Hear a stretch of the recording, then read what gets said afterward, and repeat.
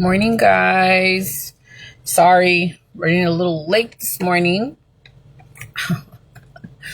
I'm so sorry.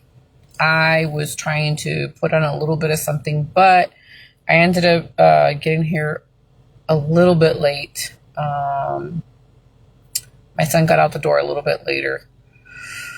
And I was saying a prayer, and then I was having a talk with my kids in the car, so that's why I am a little bit late at doing this video. So I was also thinking about I woke up from a dream that was a little disturbing, and I'm just kind of like, ugh. And then there was a situation yesterday that happened that got me thinking about this specific message that I'm going to talk about. I feel like I need to share this about expectations. It's going to have to do with our beliefs and church, and I'm going to try to keep it with that, but also life itself. I was thinking about I should have prayed for the Lord to help me with these words, because sometimes it's difficult to make these kind of videos.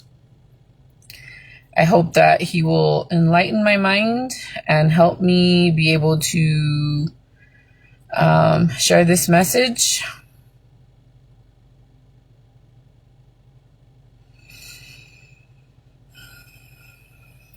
I said a quick prayer in my mind. Very, very small one. I tend to do that a lot. I don't really take the time to make really, really long prayers. I know I should. I think we take that gift for granted sometimes, to be able to pray. And we're always so on the go that sometimes we just take that for granted. So today I want to talk about expectations, about how we just expect things to go a certain way for us, or expect everything given to us. So I was thinking, while I was trying to get dressed in my closet, I was thinking about this particular thing, about sometimes how we take people for granted, how we take and expect things from people. What happens when those things are not done anymore for us, or what do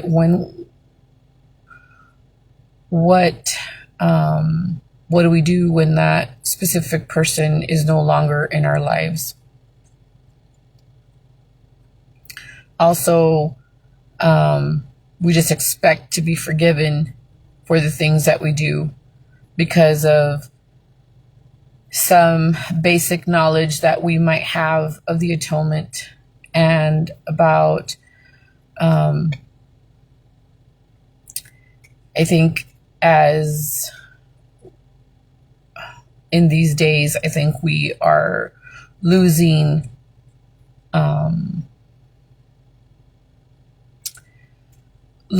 all sense of responsibility. I think we are just expecting things. We expect the Lord to forgive us for our sins because He already paid for it. Like, we don't have to do anything more.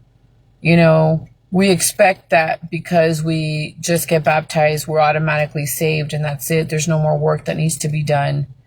We expect others to do things for us. And I was one of those people. You know, and being a member my whole life. I mean, as a child, I just, went to church, and I would just go to class, and, I just expected my teachers to be there, and I expected them to teach me. And I never really saw the background of things. I was a kid, kids just show up and they just expect things, right? Just like they expect things from their parents. They expect that food's going to be there. They expect that mom and dad are going to be there. They expect a warm meal. They expect a clean home. They expect just clothes to just show up. Not really paying attention to where those things are coming from, the sacrifices that are being done to be able to give those things to them. As a parent, I've learned a lot about sacrifice, and to the point where sometimes I forget about myself. Now since I've been taking therapy, I'm almost done with it. I have like 2 more sessions to do. A lot of grief has shown up, a lot of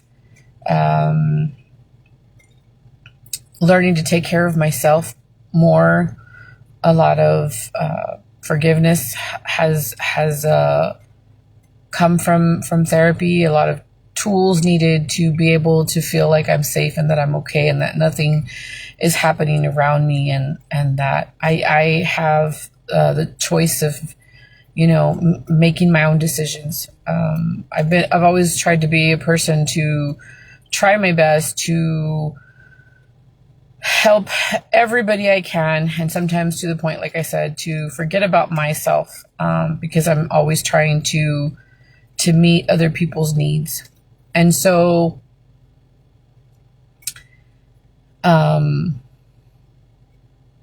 I've all that stuff has evolved and has come up through therapy and stuff, and I'm so grateful for it because I've learned to take care of myself better. I've also learned that it's okay to make certain decisions in order for my sanity. So, yeah, I think we expect a lot of things, even as members, and also as citizens in the community. We take everything for granted. We just expect, I could go into so many different things that we expect from other people, but I want to talk about specifically about church and about Christ and about the atonement and about people that we love. So, this also came about over losing my dad also. I guess I just always expected him to be there. And when he got sick, it was really hard for me. And I expected him to still be there and to be able to hear me out. And I would be able to hear his voice whenever I needed to. And when our parents get sick, we feel a lot of grief, and we feel terrible, and we wish we could have changed things, and we wish we could go back and do things differently, and we learn from that experience of loss and of sickness and all that. And so I know President Hinckley, I remember seeing him up on the broadcast that was being given at church for general conference. It was on the projector. I remember seeing him up on there, and I was young. I don't remember exactly how old I was, but I remember him saying that he was grateful for his trials. But I was like, how could somebody be grateful for their trials? But I am grateful for my trials, even though they were difficult. I think that it taught me a lot. It taught me to be more compassionate. It taught me about gratitude. It taught me about being persistent. It taught me about being stronger, to be more confident in talking to people and being able to say no, and being able to be an advocate for somebody who cannot speak for themselves. Going up all the way to the top if you have to speak to somebody in order to get things done. It taught me a lot. That trial taught me a lot, and I've gained a lot of knowledge from it. And that is the reason why I feel like I'm such a strong person. But I do think, we expect sometimes things just to be done for us. What happens when that person doesn't do those things anymore? I know, sometimes my family also would expect me to take care of things, right? I expected, my brother to take care of my parents, because I had a family, and, I just knew he was there because he lived there. And so I just, I expected those things. And when he wasn't able to because of COVID-19 and stuff, and it was hard. It was hard for me to do it. One, I'm not as strong as he is. I'm not as big as he is. You know, he just had so much strength and so much persistence, and he was he's very knowledgeable in a lot of things, like just basic, like he would see things that sometimes I wouldn't see. I think we worked very well as a team, but when that person is not there, it is difficult to work alone. And so I'm going to take that to church now. I think that as members, sometimes we expect everything just to be given to us, everything just to be laid out for us, and we just show up. We don't want to put in any effort or any work. The Lord requires work. The Lord requires us to help and not just expect everything just to be there for us. What happens when, the person that is supposed to bring the bread for the sacrament is not there, right?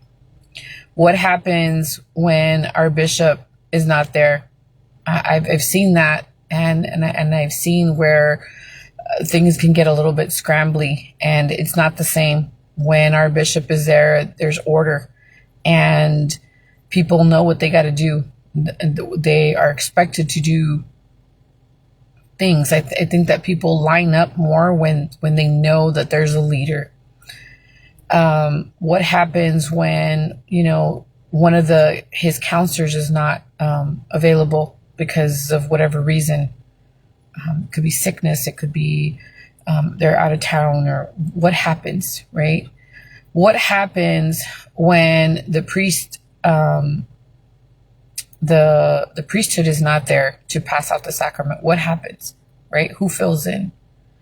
What happens when the missionaries are not, they're transferred, and people who have been converted and have been baptized no longer see that missionary that helped them to find the gospel? What happens? A lot of them fall away. A lot of them had a connection with them, and they don't know what to do with a new missionary. They don't know what to do because they don't feel fellowshipped. What happens? What happens when the teacher doesn't show up because the student expects to see their teacher, their favorite teacher? Or what happens when, the order is not there? What happens, like, let's say with our Relief Society, what happens when our president, our Relief Society president's not there? Or what happens when we don't have the, her counselors or her secretary? What happens when all those little details, what happens when people leave callings? What happens when, all that falls on our bishop? Like, we need to be more mindful and stop just expecting things to be given to us and done for us. We need to be able to work and service others and show the Lord that we're grateful for the sacrifice, he did for us, and for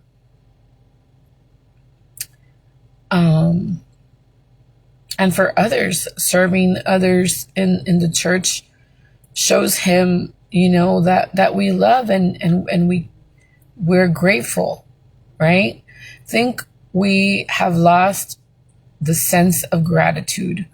We have lost the sense of work. I think people today are entitled and sometimes feel like things are expected just to be there. What happened when our prophet passed away? There was a little bit of an unsettling moment there. It didn't last long. For the most part, the Lord has order in this church. And, we were able to fall back on the apostles, and we knew that somebody would be called But what happened for those days that we didn't have a prophet? We need to rethink these things and remember that we ourselves need to learn to receive revelation, to be able to come to the Lord and ask him, what now? Where do you desire me to be? Where do you need me? And I've had to learn that a lot since last year, since I left my job. I didn't know what he expected of me. I just knew really strongly that I was not where I needed to be. And so I learned through different things that I needed to be patient and that he would call me to do certain things for him. And those things were healing for me. They were helping me get back up from grief, from everyday, daily tasks, just moving, but not really focusing on him. And so I'm going to share something a little bit sacred with you. I feel like I need to. So,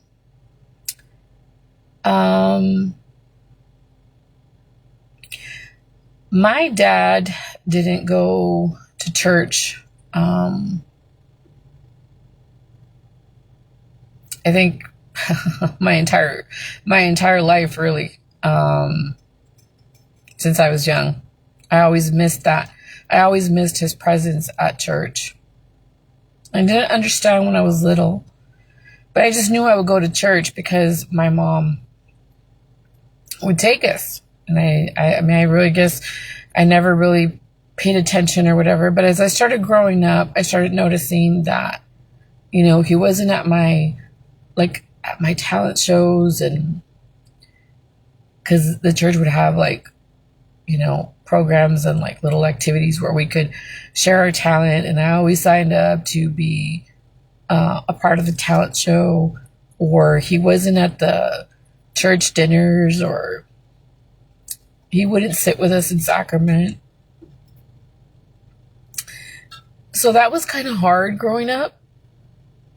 And so I didn't understand it until I started growing up and I started asking questions. And I would notice that my dad would stay home, and I had the choice sometimes to go to church or not. Sometimes I didn't want to go, and I saw dad would stay home, and so I didn't have to go. I knew that my dad would be there, and so I was allowed to stay home. But for the most part, I always tried to go to church with my mom. I just loved coming to church, and so I would. But there were times where I wanted to stay home, and that was it. I wasn't forced. I wasn't, I don't remember being forced. But anyway, I guess unless my dad wasn't there or whatever, I had to go. But there was a certain circumstance that happened that led my dad not to be at church. There was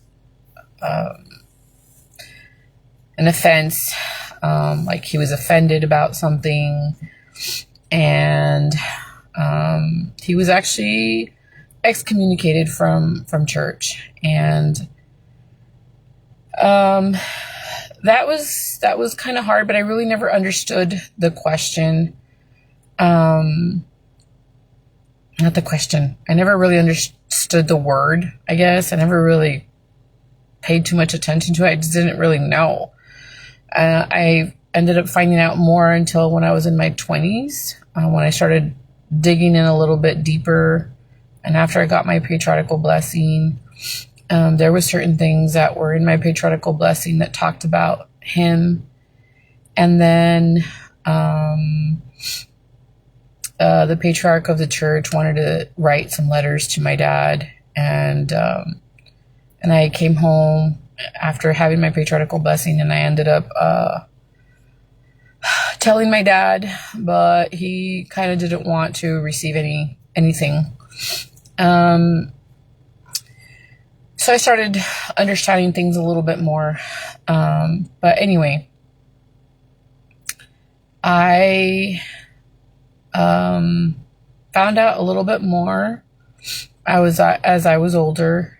I tried to always invite my dad to come in. He would still like drive my mom, and he would wait outside in the truck, and we'd just wait in the parking lot. And some members that knew him would kind of just say hi to him, and they would invite him to come in. And I was just kind of like, like it was nice or whatever, but I was kind of like, why doesn't he just go? Like, what's so hard about going? You're already here in the parking lot. But he would like read the newspaper, or he would like just wait for my mom patiently, right? He would just be there in the truck just waiting for her. And I always wanted him to come in, but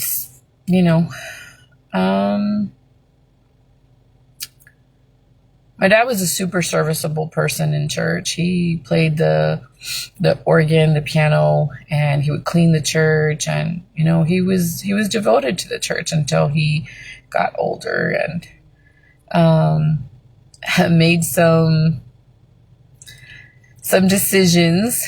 And my dad just kind of felt that, if he regretted one of those decisions, he wouldn't have the blessing that came from it. And so he never really understood the question, I guess, and how things were handled. And so he kind of, with his young mind, did not answer the question properly, I guess. And things just got a little, I don't want to share too much about that, but what I'm saying is that I had to learn a little bit more about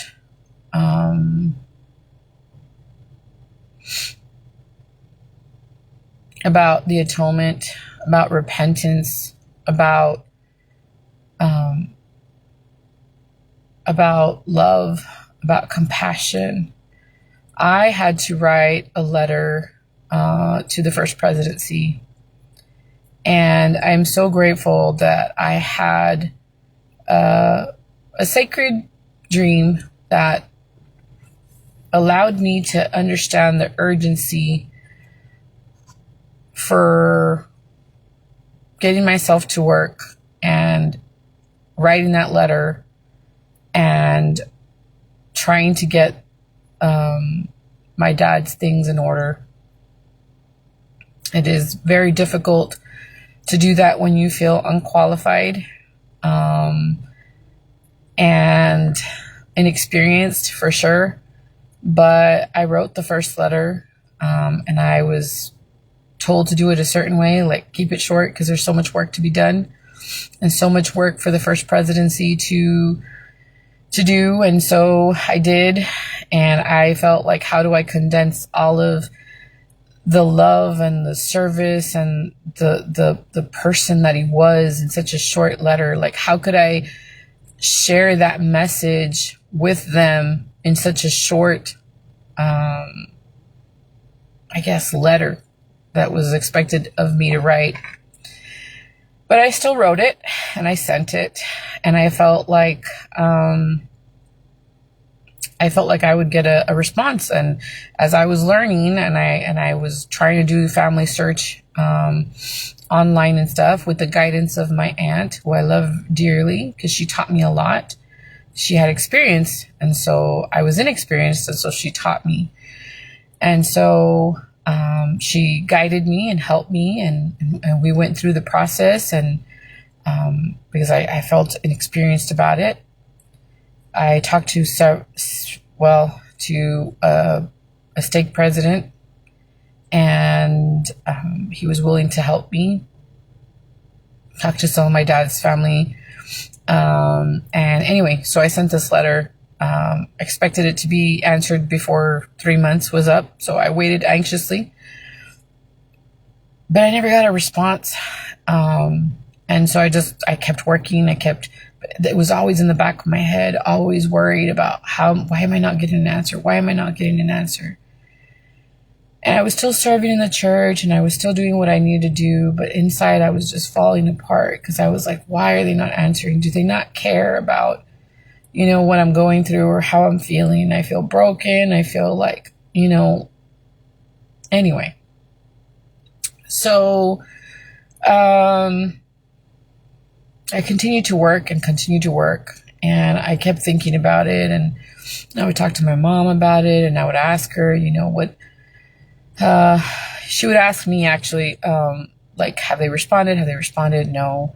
I took it a little further and I wrote another letter and I felt like I needed to prepare myself more and I read more scriptures and I came to the Lord and I asked him for help.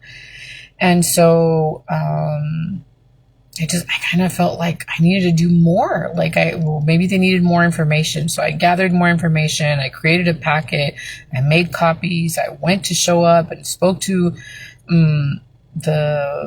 my mom and my dad's stake president, which was a new president, which I came to know and love because he also helped my dad when he was still alive and needed a bed.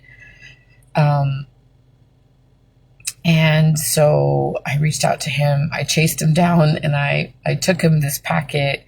I made copies at church. I made it a point. He was so busy that day, but I remember making it a point to hand things to him directly and make sure that he knew that I meant business and that I needed this done, that I was done waiting.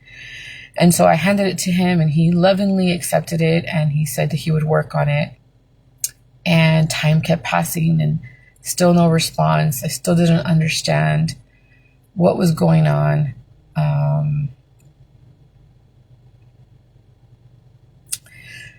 So all of a sudden, some time passed. A few years had passed since the first letter. I just continued to work. When I wrote the second letter, still no response. I didn't understand what was going on. I was getting angry and I was starting to look for flaws in the church and I started just to get upset because I felt like they were not understanding the urgency that I had because I had that dream that was telling me that I needed to hurry and that there was an urgency for it. And so I remember when I took a step back from working and I had gone to the temple and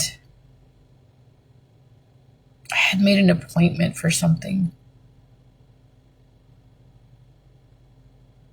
I'm trying to remember exactly how things were, guys. I don't want to mix them up, but I remember the day that I stepped away from work and I remember that what was I going to do now? I remember that I had gone to the temple and I remember that I had come to church and they were giving out food and we were trying to help pass out food. And I remember feeling a certain way at church, at the temple, because I couldn't see very well certain things. And I was praying and asking the Lord to help my eyesight. And I remember when we came to church and we got that chicken and the juices or whatever that they were giving, that we were helping serve others and give others. There was a box that was put away to a side and in that box there was a ton of glasses. And I was asked if I wanted some glasses. And I just couldn't understand how, I did understand, right? But I was like, wow, like he really did answer me. Like he sent me glasses so that I could see better, right? And so that got me to feeling gratitude and it got me to wanting to work on what I used to work on before I started working with my sister. I used to share a ton of deals and I was always helping people. I learned a coupon because of one angry prayer that I had done. And I was so upset because I couldn't provide for my son the diapers he needed. And I had to go pawn a chain one day. And I have that story. And if you guys ever want to watch it, I made a video out of it about how learning to coupon was a blessing for me. And so now I help a lot of people. And so I felt like the Lord was trying to get me to do that again. So I stopped working a full-time job and I started trying to go back to what I used to do. And it was kind of hard because people had probably forgotten about me or probably wondered, why is she not back? But I had lost myself because of the passing of my dad. I didn't know how to come back. And so when I did come back, I felt like I wanted to give something back because the Lord had given me what I needed. I needed to give something back and help people find ways to survive with everything that was going on, because I know what it feels like to struggle, because I struggled a lot when my dad was sick.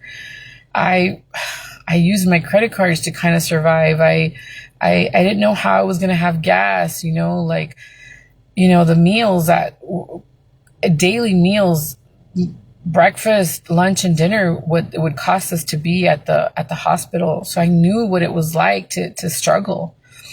And so I ended up going back to doing what I was doing, and I started sharing and everything. And so that led me to start using the old email that I had, which was my Gina Daily Deals email. And so when I went back to that email, I had seen something that was sent to me. I think it was like a temple appointment or something, because I think I had gone to the temple or something. And I was like, she told me that she had sent me an email, but I never really received it. And so anyway, something had shown up on my email that got me thinking, what if they've been having this email and maybe they responded, like the first presidency responded this way, and I never looked at it because I was so busy focusing on work. I wasn't focusing on the things of the Lord. I was just living life and not paying attention to the things that are more important. And so I ended up typing my dad's name and I put temple, and it showed there that they had my email. They had a wrong email. They didn't have my personal email, my AOL one. They had my deals one, which was really weird. I don't know why they would have my deals one. I would never put that on my account. I don't know if when I was inactive, somebody ended up giving that email because they followed me or something. I don't know. But I don't know, guys. But the point is that email was receiving the responses, and they had already answered me so long ago. I waited in pain. I was in stress. I was angry, but it was my fault. I wasn't focusing on the things of the Lord. And so that just changed my mind completely about how I needed to view things, and how I was focusing on money, but because I needed to provide, my husband was sick. So I was just working and not really paying attention to the things of the Lord. And so I think that we need to focus more and be more grateful for the gifts that we have of prayer, of being able to go to the Lord, being able to ask him for things. I had a prompting to go back to that email and to help others. I was so shocked that I had received those emails, and they tried so many times to reach me and to tell me that the work could be done.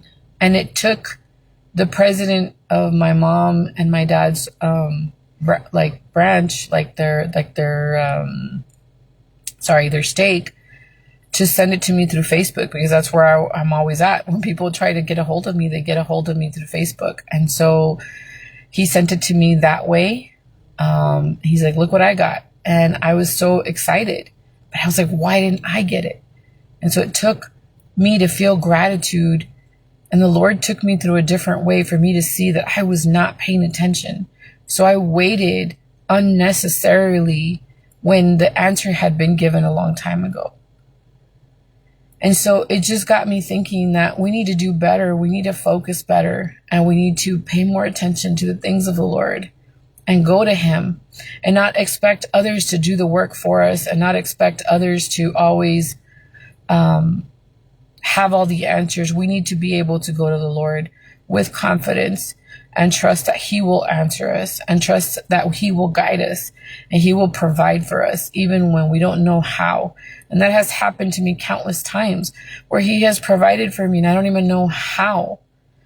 And those are other testimonies that I have that I could possibly share. Those are stories that I could share with you of how he has come to me, how he has blessed our family in times of need. And sometimes I don't even understand how, but he does. So, sorry, my daughter is like, what? Sorry, my daughter is like calling me. I don't know what she wants. What? I don't think she's wanting to know if my son is here. So, yeah, I don't want to make my mom cry. Apparently she cried from the last video. I do not want to stress her out. Please keep her in your prayers. She was in the hospital yesterday. She's not feeling very well. And I just want to remind you not to take your parents for granted, not to take their presence for granted, because when they are no longer there, it is very difficult.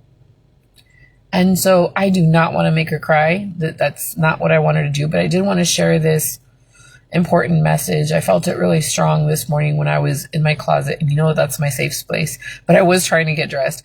But it did come to me that we need to stop expecting things just to be done for us, and we need to focus on the Lord more and try to receive revelation ourselves as well. It's important to follow the prophet, of course, but those days that we lost President Nelson and we were still kind of like, you know, who's going to be called, and, you know, who are going to be the counselors to the new prophet and stuff. They were a little hard, and it wasn't that big of a break. It was a small break, but people felt a little uneasy. I know I felt a little bit uneasy, but, you know, that's why we need to take advantage of the gift that we have to pray and to come to church and to listen to our leaders, and don't just take things for granted. Learn to be a little bit more grateful. Learn to not be afraid, and come to your bishop and talk to him. They're usually really great men who will take the time to listen to you. And yes, they are overwhelmed with so much work. What would we do without our bishopric? What will we do without our bishop who leads and kind of guides us and helps us? And even though he's got a ton of work and a ton of callings to fill, you know, we can rest assured that he has been given the gift to overcome any trial. And so I want to leave you guys with that. I hope that you guys learned something from this video. I don't want to make anybody cry. It's hard to do these videos because I don't like to cry. And so my kids are here now, so I guess I'll go ahead and leave it there. Thank you so much for watching. Remember that I try to share messages with you all, and I'm grateful that the Lord helps me with the message and with the words that I need to share. But yeah. Anyway, thank you for watching, and I'll talk to you guys soon. Bye, guys.